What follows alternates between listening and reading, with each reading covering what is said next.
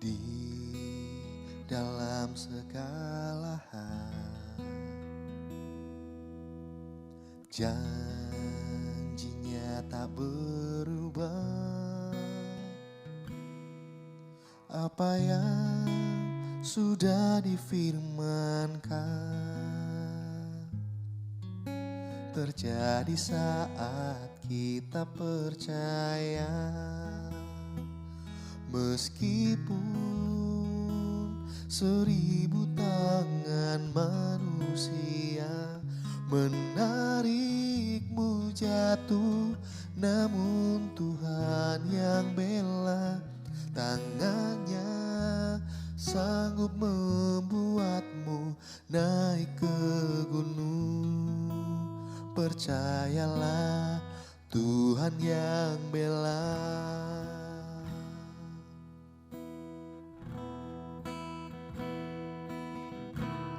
Di dalam segala hal, janjinya tak berubah. Apa yang sudah difirmankan terjadi saat kita percaya. Meskipun 1000 tangan manusia menarikmu jatuh, namun Tuhan yang bela. Tangannya sanggup membuatmu naik ke gunung. Percayalah, Tuhan yang bela.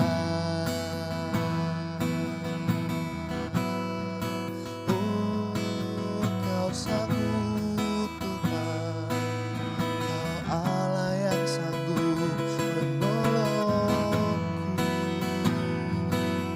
mengangkatku.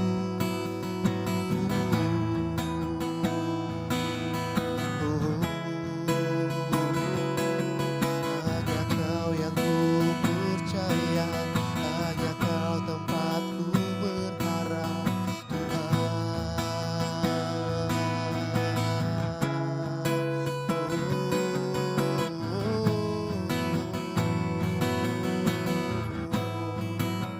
Kau yang menguatkan kami,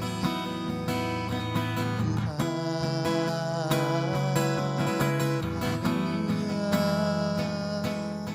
Haleluya, haleluya,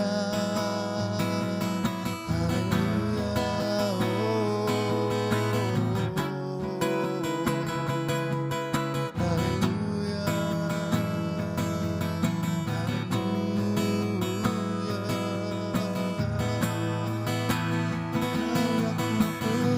percaya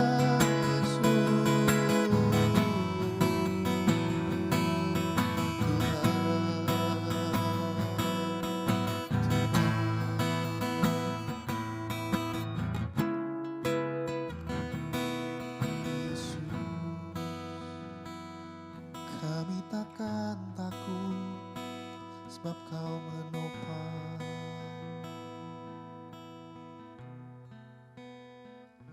Meskipun 1000 tangan manusia menarikmu jatuh, namun Tuhan yang bela. Tangannya sanggup membuatmu naik ke gunung. Percayalah, Tuhan yang bela.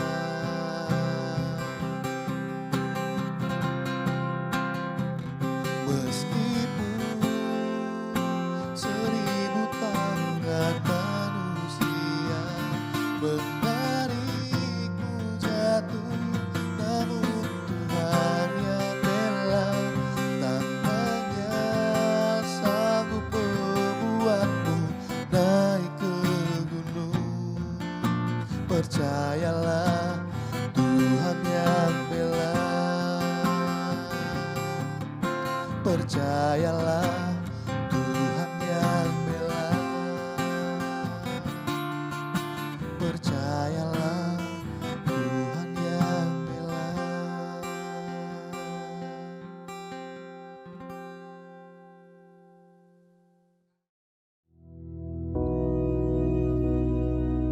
Bapa kami yang di surga, dikuduskanlah namamu, datanglah kerajaan-Mu, jadilah kehendak-Mu di bumi seperti di surga.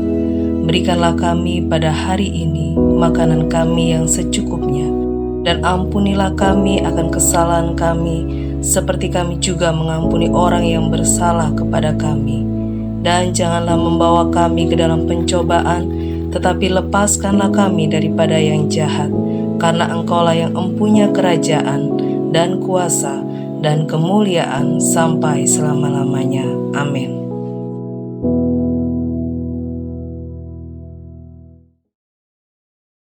Shalom, selamat pagi. Bagaimana kabarnya hari ini? Saya percaya dan yakin kita semua senantiasa ada dalam pemeliharaan Tuhan. Amin. Saudara yang dikasihi Tuhan, pagi hari ini firman Tuhan saya beri judul Hidup yang Berkenan di Hadapan Tuhan. Mari sama-sama kita belajar dari kehidupan seorang tokoh yang hidupnya sangat berkenan di hadapan Tuhan, yaitu yang bernama Raja Daud. Mari kita buka Alkitab kita di Kisah Para Rasul 13 ayat yang ke-22. Demikian firman Tuhan. Setelah Saul disingkirkan, Allah mengangkat Daud menjadi raja mereka. Tentang Daud, Allah telah menyatakan, Aku telah mendapatkan Daud bin Isai, seorang yang berkenan di hatiku dan yang melakukan segala kehendakku. Amin.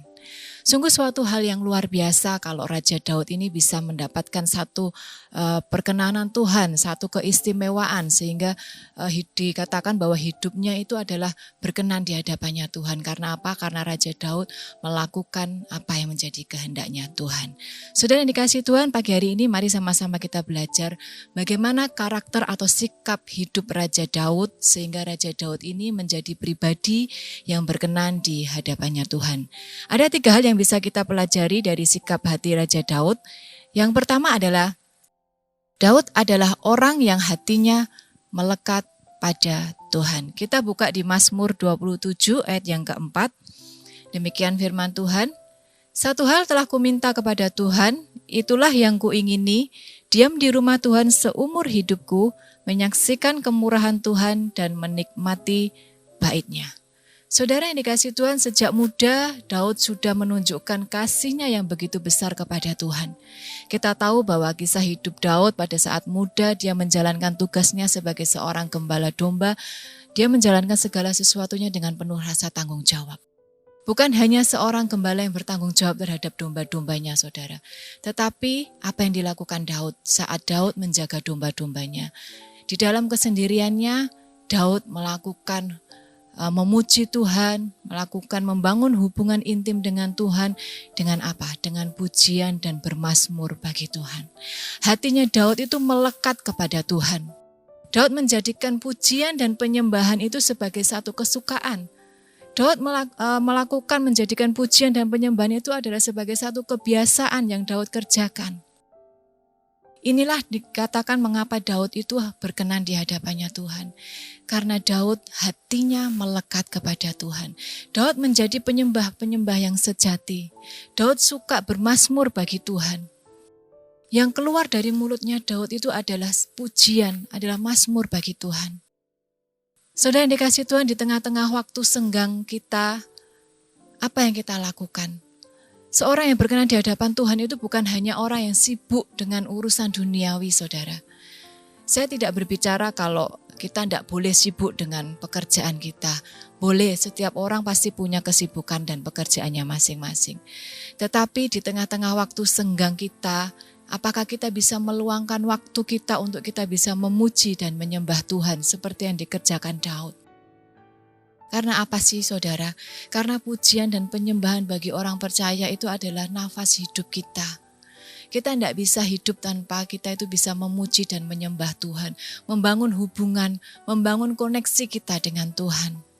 Itu loh yang Tuhan mau kita kerjakan, yaitu apa? Mengutamakan Tuhan dalam kehidupan kita. Dan hati kita ini terus melekat kepada Tuhan. Dengan terus kita itu mengambil waktu untuk saat teduh, untuk memuji Tuhan, untuk menyembah Tuhan, untuk terus bermazmur bagi Tuhan. Saudara, kita menyadari enggak, kalau kita itu tanpa Tuhan kita itu enggak bisa berjalan sendirian. Untuk itu kita mari untuk selalu senantiasa meluangkan waktu kita, minta pimpinan Roh Kudus untuk bisa menuntun setiap langkah kehidupan kita, saudara. Kita mau ambil terus waktu kita, mencari waktu kita itu untuk mengerti apa yang menjadi kehendak Tuhan dalam kehidupan kita. Tuhan itu pengen loh saudara membangun hubungan dengan kita. Belajar kita tuh mau mendengarkan suara Tuhan, kita peka terhadap suara Tuhan. Sehingga apa? Sehingga kita senantiasa terkoneksi sama Tuhan. Sehingga saat kita mau mengambil satu keputusan, saat kita mau mengambil sesuatu langkah, kita itu tahu apa yang harus kita ambil sesuai dengan rencananya Tuhan. Lalu saudara, apalagi yang bisa kita pelajari dari Daud? Yaitu Daud adalah orang yang berani dan percaya kepada Tuhan. Kita baca di 1 Samuel 17 ayat yang ke-45. Tetapi Daud berkata kepada orang Filistin itu, "Engkau mendatangi aku dengan pedang dan tombak dan lembing. Tetapi aku mendatangi engkau dengan nama Tuhan semesta alam, Allah segala barisan Israel yang kau tantang itu." Amin. Saya yakin dan percaya kalau saudara sudah sangat tahu cerita tentang Daud dan Goliat ya. Kisah Daud dan Goliat ini adalah bukti nyata keberanian dari seorang Daud. Saat Daud maju berperang melawan Goliat, Daud itu tidak pernah mengandalkan kekuatannya sendiri. Karena apa saudara? Karena secara hitung-hitungan matematika kita sangat tidak mungkin kok Daud itu bisa mengalahkan atau melawan Goliat. Dilihat dari yang nampak aja ya, dari Daud itu kecil. Ya, kemungkinan untuk menang itu sangat kecil juga. Dilihat dari tinggi badan saja Daud sudah kalah. Kalau saya baca Goliat itu tingginya 6 hasta sejengkal, kurang lebih 3,5 meter. Ya, dilihat dari perlengkapan perangnya aja Daud ini tidak punya apa-apa. Sedangkan Goliat dari perlengkapan perangnya, dari pedang, tombak, lembing, segala yang dipakai itu sangat memungkinkan kalau Goliat itu bisa menang melawan Daud. Sedangkan Daud hanya membawa apa? 5 batu licin dari sungai dan 1 buah umban. Secara pemikiran manusia mana bisa Daud itu menang melawan Goliat? Di Samuel 17 ayat ke-33 dikatakan apa? Tetapi Saul berkata kepada Daud, "Tidak mungkin engkau dapat menghadapi orang Filistin itu untuk melawan dia.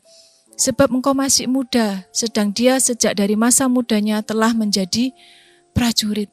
Saat itu juga Saul itu tidak percaya kalau Daud itu bisa menang melawan Goliat. Tetapi saat itu Daud maju dengan mengandalkan Tuhan. Daud maju dengan keberanian. Karena apa? Karena Daud tahu bahwa Tuhannya itu akan memberikan Daud kemenangan. Daud tidak mengandalkan kekuatannya sendiri, saudara. Daud mengandalkan Tuhan, dengan keberaniannya dia maju. Kemenangan yang Daud alami itu dilandasi dengan satu keberanian dan kepercayaannya kepada Tuhan. Dengan keberaniannya Daud itu maju melawan Goliat. Karena apa? Karena Daud yakin dan percaya bahwa Tuhannya tidak akan pernah meninggalkan Daud. Tuhannya akan menyertai Daud dan akan memberikan Daud ini kemenangan. Saudara yang dikasihi Tuhan, banyak Goliat-Goliat di depan kita saat ini. Goliat itu berbicara tentang apa saudara? Goliat mungkin berbicara tentang tantangan, tentang masalah, tentang sakit penyakit, tentang masalah ekonomi, tentang masalah keluarga. Goliat-Goliat apa yang sedang kita alami saat ini? Badai apa yang sedang menghantam kita saat ini saudara? Sehingga Goliat-Goliat itu membuat kita saat ini takut. Sehingga Goliat-Goliat ini membuat kita saat ini iman kita lemah. Membuat kita khawatir hingga akhirnya apa? Iman kita ini menjadi lemah saudara. Saat saudara khawatir, saat saudara berada di dalam ketakutan, saat ketakutan itu menguasai hati dan pikiran saudara, di situ jugalah kita itu membuka celah untuk iblis masuk dan mengintimidasi kita saudara. Pinternya iblis itu seperti itu. Dia selalu mengintimidasi kita. Oh, penyakitmu gak akan sembuh, ekonomimu gak akan pulih, utangmu gak akan lunas, keluargamu gak akan dipulihkan. Banyak intimidasi yang iblis lakukan untuk membuat iman kita itu lemah saudara. Dan akhirnya apa? Akhirnya kita merasa bahwa masalah kita ini jauh lebih besar daripada Tuhan kita. Padahal kita lupa kalau kita itu punya Tuhan yang besar. Itulah pintarnya iblis untuk membuat kita ini selalu diliputi, dikuasai oleh rasa takut dan khawatir, saudara. Memang tidak mudah kita itu bisa melewati ini semua. Mungkin terlalu besar Goliat yang saat ini sedang saudara hadapi. Mungkin terlalu rumit masalah yang sedang saudara hadapi saat ini. Saudara minta tuntunan Roh Kudus. Roh Kudus itu akan memberikan kita keberanian untuk kita bisa menghadapi Goliat-Goliat yang sedang ada di depan kita, saudara. Saudara, saat ini kita mau koreksi apa sih Goliat apa yang ada di depan kita. Minta Roh Kudus untuk memampukan kita. Sehingga apa? Sehingga kita bisa berani dan bisa mampu menghadapi Goliat-Goliat yang di depan kita. Sehingga iman kita ini kuat. Sehingga kita itu selalu senantiasa mengandalkan Tuhan. Kita percaya dan kita nggak akan kalah dengan Goliat-Goliat yang ada di depan kita. Saudara, Daud tidak pernah mengandalkan kekuatannya sendiri. Daud mengandalkan Tuhan dan sehingga apa? Sehingga Daud itu berani melawan Goliat. Itulah sebabnya Daud berkenan di hadapannya Tuhan dan Tuhan selalu menyertai Daud. Lalu apa yang bisa kita pelajari dari Daud? Yaitu yang ketiga adalah Daud adalah orang yang rendah hati dan mau bertobat. Kita buka di Mazmur 51 ayat yang ke-10 sampai ke-12. Demikian firman Tuhan. Jadikanlah hatiku tahir ya Allah, dan perbaharuilah batinku dengan roh yang teguh. Janganlah membuang aku di hadapanmu, dan janganlah mengambil rohmu yang kudus daripadaku. Bangkitkanlah kembali kepadaku kegirangan karena selamat yang daripadamu, dan lengkapilah aku dengan roh yang rela. Amin. Saudara, meskipun Daud adalah orang yang berkenan di hatinya Tuhan, Daud bukanlah orang yang sempurna, saudara. Daud pernah jatuh ke dalam dosa besar, yaitu berzinahannya dengan Batsyeba dan membunuh suami dari Batsyeba, yaitu Uria. Namun yang membedakan Daud dengan kebanyakan orang apa, saudara? Sikap hatinya Daud yang mau bertobat saat menerima teguran.